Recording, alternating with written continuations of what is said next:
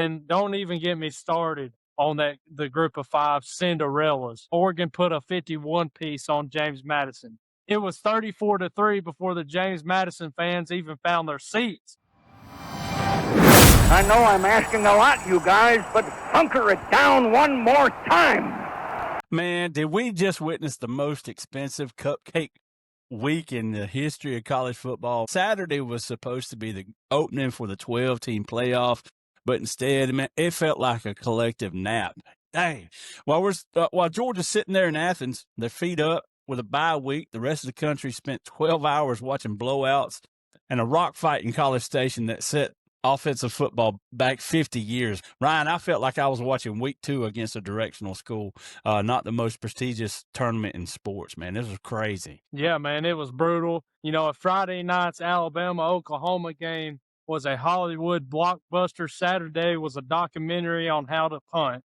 We went from a high of 17-point comeback in Norman to watching teams like James Madison and Tulane get treated like JV squads. I'm going to be real. The magic of the playoffs didn't show up on Saturday. Only the big checks did. Hey, you're right. You're right. And now, before we get into it and roasting how bad Saturday was, we got to acknowledge what a real game looks like. Alabama was dead, 17-0 in the second quarter. Kalen DeBoer looked like he was about to be run out of town. But then Xavier Brown, he flips the script with that 50-yard pick six, and the Tide scores 27 unanswered. Now that was playoff football. That was awesome. Exactly. And let's not forget the freshman, Latiers Brooks, 2 touchdowns for the kid who hadn't scored all year. That's the drama we wanted. You know, instead on Saturday, the only drama was whether or not Texas A&M would ever cross the 50-yard line. Exactly. But, hey, we got to talk about the real winner of Saturday, and I don't think a lot of people know this, so I want to put this out there. Lane Kiffin, this guy is the ultimate hustler. He leaves Ole Miss for LSU in the middle of a playoff run, puts on the purple and gold, and then watches from his couch as the team he abandoned smokes Tulane 41-10. But here's the kicker. Because of his new LSU contract, the Tigers are the one paying him a $250,000 bonus for Ole Miss winning that game. He's getting paid $250,000 by his new school because his old school won a playoff game.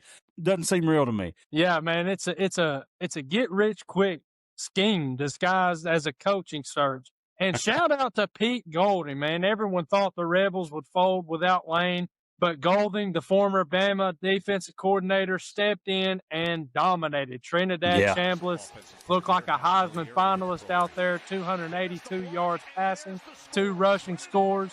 They didn't miss Lane for a second. In fact, the fans were chanting, Pete, Pete, Pete, while Lane was probably tweeting from Baton Rouge. Yeah, it's amazing what he's pulled off there. Absolutely. Both of them. With Lane getting $250,000 and Pete keeping that team together, I think they're out to prove something now that their coach has left them. They're out to prove it, that they're real. But, Ryan, let's look at the rest of the slate, man. My goodness. Miami and Texas A&M was 10-3 final. A 10-3 final. We hadn't seen a score that low in a major game since the guys were wearing leather helmets, man. It's been a long time ago. That's what it seems like. Yeah, but it was a scoreless tie at halftime. Kyle Field, people paid thousands of dollars for those tickets, and they didn't see a single point for 30 minutes. Think how much they probably paid to go to that game. Yeah. You know, Malachi Toney finally caught the winning touchdown for Miami, but honestly, both teams should have been disqualified because of how boring that daggone game was, man. Yeah, it was boring, man, and don't even get me started on the group of five Cinderellas. Oregon put a 51 piece on James Madison. It was 34-3 before the James Madison fans even found their seats. Same with Tulane, man. We spent all year hearing how the G5 deserved more respect, and they combined to lose by over 60 points in the first round. It felt like the committee handed out participation trophies. Yeah, that's exactly. So, yep. I mean, it's, you know, we got to do something here, man. It was a good test, a good thought, but I don't think the group of five deserves to be in over Notre Dame. I absolutely do not think so. Nah, I mean, and you saw a lot of people think the same way we're thinking. You know, I saw this watching all the post-game shows and things of that nature, and that's what's going on, and people are thinking the same way. But that's just the world we live in, man. That's how this thing is set up. It's giving them an opportunity to play. Are there better teams out there? Heck yeah. Yeah, there's better teams. But this is how it's laid out, and this is how we got to go with it. But, let's look at the Georgia view, man. Where does that leave us, Georgia? Yeah. We're sitting good where we're at in the bracket, but we got our own path just got more interesting. We got the Ole Miss rematch in the Sugar Bowl on January 1st. When we played them in the regular season, we won 34-26. But that was a different Rebel team. This Pete Golden version, they look more disciplined, and they got that us against the world, like I was just talking about, mentality, because their coach walked out on them. So it's going to be an interesting game in Baton Rouge against Ole Miss. It's going to be an interesting game. So, yeah, it's going to be a battle of the trenches.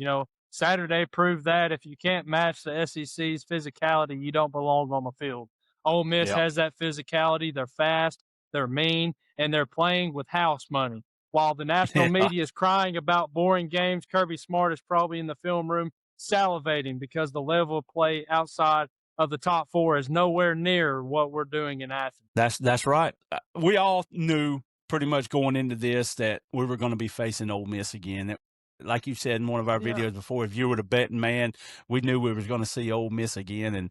And now it's just, what Ole Miss are we going to see? How much have they changed with Lane Kiffin leaving, and how big of a chip do they got on their shoulder, man? That can make a team play hard, play real hard. So it's going to be interesting. It's going to be a good game. Can't wait for January 1st to see it. But the first round's officially in the books.